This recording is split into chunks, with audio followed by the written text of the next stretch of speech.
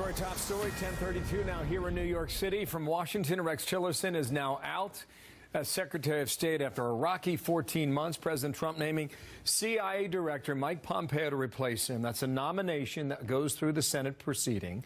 The shocking announcement first made in a tweet just a short time ago by the president. I want to bring our chief political anchor, Brett Baer, out of Washington. Brett, good day to you. Morning, before I get your reaction for the viewers, here is how the news came down 60 minutes ago. With Mike Pompeo now for quite some time. Tremendous energy, tremendous intellect. We're always on the same wavelength. The relationship has been very good, and that's what I need as Secretary of State. I wish Rex Tillerson well. Gina, by the way, who I know very well, who I've worked very closely, will be the first woman director of the CIA.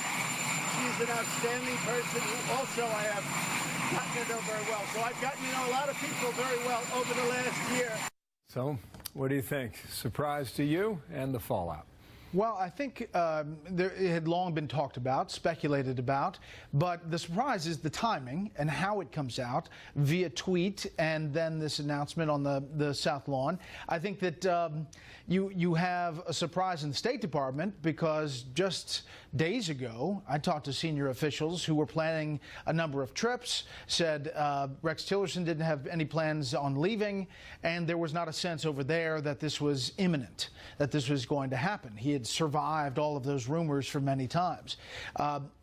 Obviously, the rumors that the president was not pleased with Rex Tillerson had been circulating for some time. And I think that Pompeo was the natural next step. He had been talked about before. I even asked him about this in a forum, the Reagan Defense Forum in December. And of course, he didn't really answer. I think we've got that queued up. Hang on here a moment. This is your question, followed by the answer from December. Simi Valley, watch. So let me start with this. If you were Secretary of State for the Trump administration, have you had talks about another job? Very focused on doing what I'm doing, Brett. It is, in spite of what former DCIs who used to have all of the icy tell me this should be a part-time job now.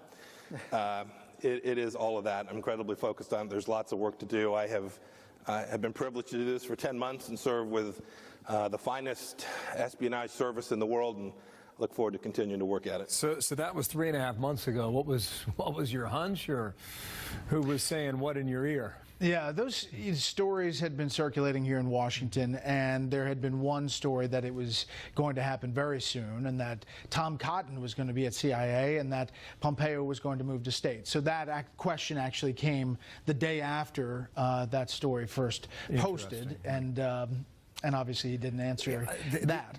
The critical thing I heard from the president a moment ago, we're always on the same wavelength, referring to Mike Pompeo. Is that true when it comes to North Korea, and it comes to Iran, it comes to tariffs, et cetera? Largely so, and I think that the biggest thing that you're going to see quickly is Iran. I think that Mike Pompeo is about as aggressive on Iran as you could be, and he is in sync with the president that the Iran nuclear deal is not something that was good. I've interviewed him numerous times before he became CIA director, in which I asked him, is there anything good about the Iran nuclear deal? And he said no. And I went through one after the other, and he said no, no, no.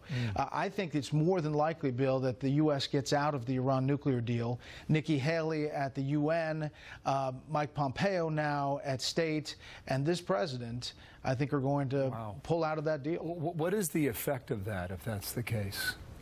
Well, I think there's a lot of questions about what happens after that, and allies. Obviously Iran then will rip up the deal because the other allies are not going to be able to continue on if the U.S. is not a party to it. So there are real policy questions that have yet to come. And does Iran then kick into gear its nuclear program if it hasn't already? Wow, what a story that would be, and the dominoes, follow in line, right? I mean, you were just in Saudi Arabia as well. I mean, they have significant concern over Iranian power and the growing power there. Benjamin Netanyahu was at the White House for 3 days last week, and you know where his position is also. I would just add this. The president said, I did not talk about North Korea with Rex Tillerson that much. I made the decision by myself. Rex wasn't in the country. I made the North Korea decision with consultation from many people, but I made the decision by myself.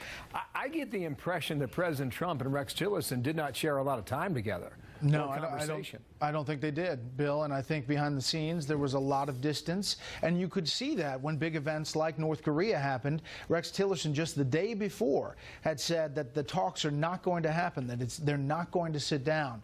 And then the president announced what he announced. There was a disconnect and when you have that disconnect between a president and a secretary of state, that's a big issue. Thanks, Brett. We'll catch you later today and certainly tonight on Special Report at 6 o'clock. Thank you, sir. See you, Bill. From Washington.